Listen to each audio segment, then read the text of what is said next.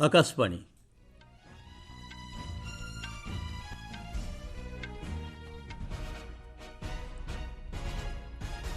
संवाद पढ़ुंट उदयनाथ स्वाई। मुख्य संवाद आर्थिक व्यापार संक्रांत कैबिनेट कमिटी बैठक में 14टी खरीफ फसलर सर्वनिम्न सहायक मूल्य वृद्धि को अनुमोदन। Ahmedabad Dholera semi high speed double line प्रकल्प पर खर्च हो 20,667 कोटी टंका। नागपुर अंतर्जातीय विमान बंदरर आधुनिकीकरण को मिला मंजूरी। नीट यूजी 2026 प्रवेशिका परीक्षा प्रश्नपत्र प्रघट मामलें 5 जन अभियुक्तों को गिरफ्त कला सीबीआई। आलू पियाज समेत अन्यान्य आवश्यक उत्पादर आंतःराज्य परिवहन उपर कटकणा हटाइले पश्चिमबंग सरकार। नुआदिल्ली में आसंताकाली आरंभ हो 2 दिनिया ब्रिक्स वैदेशिक मंत्री बैठक। एवं आईपीएल क्रिकेट रे वर्षा जोगुं रॉयल चैलेंजर्स बेंगलुरु और कोलकाता नाइट राइडर्स मध्य मैच विलंबित। आर्थिक व्यापार संक्रांत कैबिनेट कमिटी सीसीईए 2026-27 विपणन ऋतु पर 14टी खरीफ फसलर सर्वनिम्न सहायक मूल्य एमएसपी वृद्धि को आज अनुमोदन करिसेंते। नुआदिल्ली में गणमाध्यम को सूचना दे सूचना और प्रसारण मंत्री अश्विनी वैष्णव कहिसेंते चाषी मानकु सेमानक उत्पादर लाभदायक मूल्य सुनिश्चित करिया पई खरीफ फसल गुड़िकर एमएसपी वृद्धि करा जायछि। से कहिसेंते खरीफ ऋतु पई चाषी मानकु प्राय 2,60,000 कोटी टंका प्रदान करा जिवो एवं एही ऋतु रे 824 लाख मेट्रिक टन शस्य चाषी मानक ठारू क्रय कराजिवो। वर्धित एमएसपी वर्ग में सूर्यमुखी बिहन क्विंटाल पिछा सर्वाधिक 622 टंका, कपा क्विंटाल पिछा 557 टंका, राशि क्विंटाल पिछा 500 टंका वृद्धि होइछि। ग्रेड ए धान क्विंटाल पिछा एमएसपी 2,461 टंका हेबो बोली मंत्री कहिसेंते। शंकर जातीय जोआर क्विंटाल पिछा 4,023 टंका, बाजरा 2,900 टंका एवं हरडर एमएसपी क्विंटाल पिछा 8,450 टंका हेबो बोली श्री वैष्णव कहिसेंते। खरीफ के लिए जो फैसला लिया गया उसमें जितने भी खरीफ के क्रॉप्स हैं उन सब में कॉस्ट प्लस 50% या 50 से अधिक टोटल 2,60,000 करोड़ रुपए किसानों को पे आउट जाएगा इस पूरे फैसले से। और इस साल का एनुअल खरीफ प्रोक्योरमेंट होगा 824 लाख मेट्रिक टन एलएमटी। 2014-15 रु 2025-26 अवधि मध्य 14टी खरीफ फसल पर चाषी मानक दि जाइथिबा एमएसपी परिमाण 18.99 लाख कोटी थिला, जहाँ 2004-5 रु 2013-14 समय मध्य 4.75 लाख कोटी टंका रहिथिला। आर्थिक व्यापार संक्रांत कैबिनेट कमिटी प्राय 20,667 कोटी टंका व्यय अटकल Ahmedabad Dholera semi high speed double line प्रकल्प को मंजूरी प्रदान करिसेंते।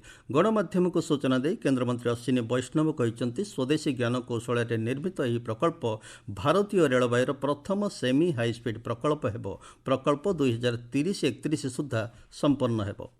केन्द्र कैबिनेट सरकारी घरोई सहभागिता अधीन नागपुर अंतर्जातीय विमान बंदरर उन्नतीकरण और आधुनिकीकरण को मंजूरी प्रदान करिसेंते। कैबिनेट बैठक पर गणमाध्यम को संबोधित करी सूचना और प्रसारण मंत्री कहिसेंते यह नागपुर विमान बंदर को एक आंचलिक विमान चलाचल केन्द्र में परिणत करिवो। नागपुर डॉक्टर बाबा साहेब आंबेडकर अंतर्जातीय विमान बंदर को विश्वस्तरीय विमान बंदर में परिणत करा। प्रकल्प अंतर्गत पर्यायक्रमे वार्षिक 30 नियुत यात्री परिचालना और माल परिवहन क्षमता वृद्धि कराजिबार लक्ष्य रखा जाइछे। भूपृष्ठ कोयला एवं लिग्नाइट गैसिफिकेशन प्रकल्प को प्रोत्साहन देवा लक्ष्य नहीं केन्द्र कैबिनेट 37,500 कोटी टंकार एक योजना को अनुमोदन करिसेंते। योजना अंतर्गत प्राय 75 नियुत टन कोयला एवं लिग्नाइट गैसिफिकेशन कराजिबार लक्ष्य रखा जाइछि। एथिपई 3 लाख कोटी टंका निवेश हेबार आशा करा जाउछे।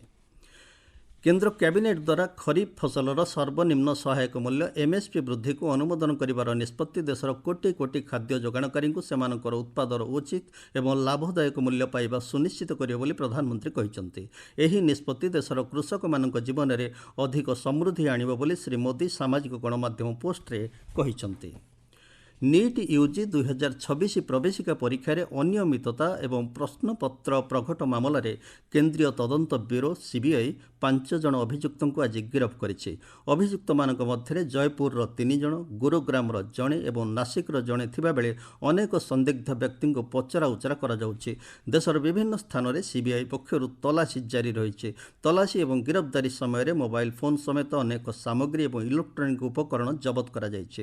ସିବିଆଇ ରାଜସ୍ଥାନର ସ୍ୱତନ୍ତ୍ର ଅପରେସନ୍ ଗ୍ରୁପ୍ ଏସ୍ଓଜି ସହ ସମନ୍ୱୟ ରଖି ଏହି ମାମଲାରେ ପ୍ରାଥମିକ ତଦନ୍ତ ଆରମ୍ଭ କରିଥିଲା। ମେଡିକାଲ କଲେଜଗୁଡ଼ିକରେ ସ୍ନାତକ ପାଠ୍ୟକ୍ରମରେ ପ୍ରବେଶ ପାଇଁ ଚଳିତ ମାସ 3 ତାରିଖରେ ଅନୁଷ୍ଠିତ ନିଟ୍ ୟୁଜି 2026 ପ୍ରବେଶିକା ପରୀକ୍ଷାରେ ପ୍ରଶ୍ନପତ୍ର ପ୍ରଘଟ ଅଭିଯୋଗ କ୍ରମେ ଗତକାଲି ଏହାକୁ ବାତିଲ କରାଯାଇଥିଲା। ସରକାରଙ୍କ ପକ୍ଷରୁ ଅନିୟମିତତାର ବ୍ୟାପକ ତଦନ୍ତ ପାଇଁ ସିବିଆଇକୁ ଦାୟିତ୍ୱ ହସ୍ତାନ୍ତର କରାଯାଇଥିଲା। ପ୍ରଧାନମନ୍ତ୍ରୀ ନରେନ୍ଦ୍ର ମୋଦି ଆସନ୍ତା ଶୁକ୍ରବାର ଦିନ ସଂଯୁକ୍ତ ଆରବ Emirates, UAE, Netherland, Sweden, Norway ଏବଂ ଇଟାଲୀକୁ 6 ଦିନିଆ ଗସ୍ତରେ ଯିବେ। ନୂଆଦିଲ୍ଲୀରେ ଗଣମାଧ୍ୟମକୁ ସୂଚନା ଦେଇ ବୈଦେଶିକ ବ୍ୟାପାର ମନ୍ତ୍ରଣାଳୟ ପଶ୍ଚିମ ପ୍ରାନ୍ତ ସଚିବ ସିବି ଜର୍ଜ କହିଛନ୍ତି, ପଞ୍ଚରାଷ୍ଟ୍ରୀୟ ଗସ୍ତର ପ୍ରଥମ ପର୍ଯ୍ୟାୟରେ ଶ୍ରୀ ମୋଦି ଶୁକ୍ରବାର ୟୁଏଇରେ ପହଞ୍ଚିବେ। ସେଠାରେ ସେ ରାଷ୍ଟ୍ରପତି Sheikh Mohammed bin Zayed Al ନାହିୟାନ୍ଙ୍କୁ ଭେଟିବା ସହ ଉଭୟ ନେତାଙ୍କ ମଧ୍ୟରେ ପାରସ୍ପରିକ ସ୍ୱାର୍ଥ ସମ୍ବଳିତ ଆଞ୍ଚଳିକ ଏବଂ ଆନ୍ତର୍ଜାତିକ ପ୍ରସଙ୍ଗ ଉପରେ ମତ ବିନିମୟ ହେବ।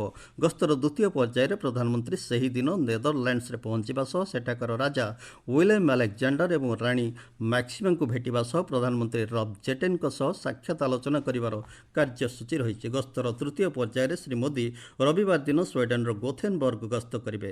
ସ୍ୱିଡିଶ୍ ପ୍ରତିପକ୍ଷ ଉଲଫ୍ କ୍ରିଷ୍ଟନ୍ସନ୍ଙ୍କ ସହ ଆଲୋଚନା କରି ଉଭୟ ଦେଶ ମଧ୍ୟରେ ଦ୍ୱିପାକ୍ଷିକ ସମ୍ପର୍କର ସମସ୍ତ ଦିଗଗୁଡ଼ିକର ସେ ସମୀକ୍ଷା କରିବେ। ଦୁଇ ପ୍ରଧାନମନ୍ତ୍ରୀ ୟୁରୋପୀୟ କମିଶନର ଅଧ୍ୟକ୍ଷ ଉର୍ସୁଲା ଭନ୍ ଡେର୍ ଲେନ୍ଙ୍କ ସହ ଏକ ଶିଳ୍ପ ସଂକ୍ରାନ୍ତ ୟୁରୋପୀୟ ଗୋଲ୍ ଟେବୁଲ୍ ବୈଠକକୁ ସମ୍ବୋଧିତ କରିବେ। ଗସ୍ତର ଚତୁର୍ଥ ପର୍ଯ୍ୟାୟରେ ପ୍ରଧାନମନ୍ତ୍ରୀ ସୋମବାର ଦିନ ତୃତୀୟ ଭାରତ ନୋର୍ଡିକ୍ ଶିଖର ସମ୍ମିଳନୀ ଏବଂ ଦ୍ୱିପାକ୍ଷିକ ଆଲୋଚନା ପାଇଁ ନରୱେରେ ପହଞ୍ଚିବେ। ଗସ୍ତର ଶେଷ ପର୍ଯ୍ୟାୟରେ ପ୍ରଧାନମନ୍ତ୍ରୀ ମଙ୍ଗଳବାର ଦିନ ଇଟାଲୀ ଗସ୍ତ କରିବେ। ଗସ୍ତ ଅବସରରେ ଶ୍ରୀ ମୋଦି ଇଟାଲୀର ରାଷ୍ଟ୍ରପତି ସର୍ଗିଓ ମାଟାରେଲାଙ୍କୁ ଭେଟିବା ସହ ପ୍ରଧାନମନ୍ତ୍ରୀ ଜର୍ଜିଆ ମେଲୋନିଙ୍କ ସହ ମଧ୍ୟ ଆଲୋଚନା କରିବେ। ଆପଣମାନେ ସମ୍ବାଦ ଶୁଣୁଛନ୍ତି ଆକାଶବାଣୀରୁ। ପଶ୍ଚିମବଙ୍ଗ ସରକାର ଆଳୁ, ପିଆଜ, ପନିପରିବା, ତୈଳବୀଜ, ଖାଦ୍ୟଶସ୍ୟ, ପଶୁଜାତ ଦ୍ରବ୍ୟ ଏବଂ ଅନ୍ୟାନ୍ୟ ଆବଶ୍ୟକୀୟ ଉତ୍ପାଦର ଅନ୍ତଃରାଜ୍ୟ ପରିବହନ ଉପରୁ ସମସ୍ତ ପ୍ରତିବନ୍ଧକ ହଟାଇ ଦେଇଛନ୍ତି। ପୂର୍ବରୁ ତୃଣମୂଳ କଂଗ୍ରେସ ସରକାରଙ୍କ ଦ୍ୱାରା ଏହିସବୁ ଦ୍ରବ୍ୟ ଉପରେ କଟକଣା ଲଗାଯାଇଥିଲା। ଫଳରେ ଆଳୁ ଚାଷୀ ଏବଂ ଅନ୍ୟାନ୍ୟ ସଂସ୍ଥାଗୁଡ଼ିକ ବିପୁଳ କ୍ଷତି ସହିଥିବା ଜଣାପଡ଼ିଛି।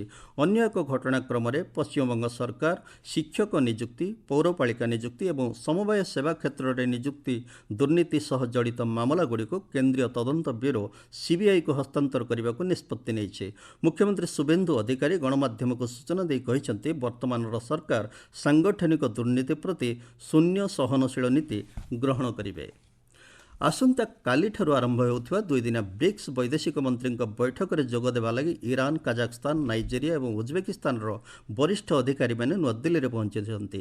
ସେମାନଙ୍କ ମଧ୍ୟରେ ଇରାନର ଆଇନଗତ ଏବଂ ଅନ୍ତର୍ଜାତୀୟ ବ୍ୟାପାର ଉପବୈଦେଶିକ ମନ୍ତ୍ରୀ ଡକ୍ଟର କାଜେମ୍ ଘାରିବାବାଦି, କାଜାଖସ୍ତାନର ପ୍ରଥମ ଉପବୈଦେଶିକ ମନ୍ତ୍ରୀ ଏରଜାନ ଆସିକବାଏଭ୍, ନାଇଜେରିଆର ବୈଦେଶିକ ବ୍ୟାପାର ମନ୍ତ୍ରଣାଳୟର ସ୍ଥାୟୀ ସଚିବ ରାଷ୍ଟ୍ରଦୂତ ଡୁନମା ଉମର ଅହମ୍ମଦ ଏବଂ ଉଜବେକିସ୍ତାନର ଉପବୈଦେଶିକ ମନ୍ତ୍ରୀ ଆଲୋଏଭ୍ ବାଖରମଜନ୍ ଜୋରାବୋଭିଚ୍ ଅଛନ୍ତି।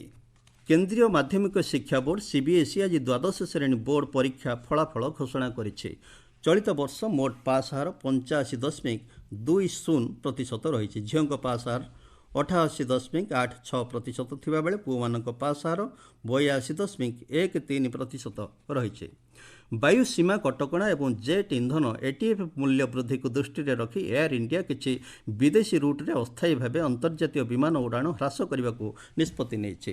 ଏୟାର ଇଣ୍ଡିଆ ପକ୍ଷରୁ ମିଳିଥିବା ସୂଚନା ଅନୁସାରେ Delhi Chicago, Mumbai New York, Delhi Shanghai, Chennai Singapore ଏବଂ ଅନ୍ୟ 2ଟି ରୁଟ୍ରେ ବିମାନ ସେବା ଅସ୍ଥାୟୀ ଭାବେ ସ୍ଥଗିତ କରାଯିବାକୁ ନିଷ୍ପତ୍ତି ହୋଇଛି। ଆମେରିକା ରାଷ୍ଟ୍ରପତି ଡୋନାଲ୍ଡ ଟ୍ରମ୍ପ ଚଳିତ ସପ୍ତାହରେ ଚୀନ ଗସ୍ତରେ ଯାଉଛନ୍ତି। ତାଙ୍କ ସହ ଅନେକ ଶୀର୍ଷ ବ୍ୟବସାୟୀ ଏବଂ ପ୍ରଯୁକ୍ତି ବିଦ୍ୟା ଅଧିକାରୀ ଗସ୍ତ କରିବେ। ଏକ ଉଚ୍ଚସ୍ତରୀୟ ଦୁଇଦିନିଆ ଶିଖର ସମ୍ମିଳନୀରେ ଚୀନ ରାଷ୍ଟ୍ରପତି ସି ଜିନପିଙ୍ଗଙ୍କୁ ଭେଟିବା ଲାଗି ସେ ବେଜିଂ ଗସ୍ତ କରୁଛନ୍ତି। ଆଇପିଏଲ୍ କ୍ରିକେଟରେ ଆଜି ରୟାଲ ଚ୍ୟାଲେଞ୍ଜର୍ସ ବେଙ୍ଗାଲୁରୁ ଓ କୋଲକାତା ନାଇଟ୍ ରାଇଡର୍ସ ମଧ୍ୟରେ ମ୍ୟାଚ୍ ରାୟପୁରର ଶହୀଦ ବୀର ନାରାୟଣ ସିଂ ଅନ୍ତର୍ଜାତୀୟ ଷ୍ଟାଡିୟମରେ ଖେଳାଯିବ।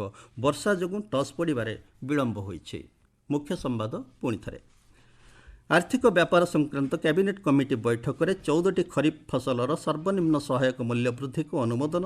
Ahmedabad Dholera semi high speed double line प्रकल्प पर खर्च हो 20,667 कोटी टंका।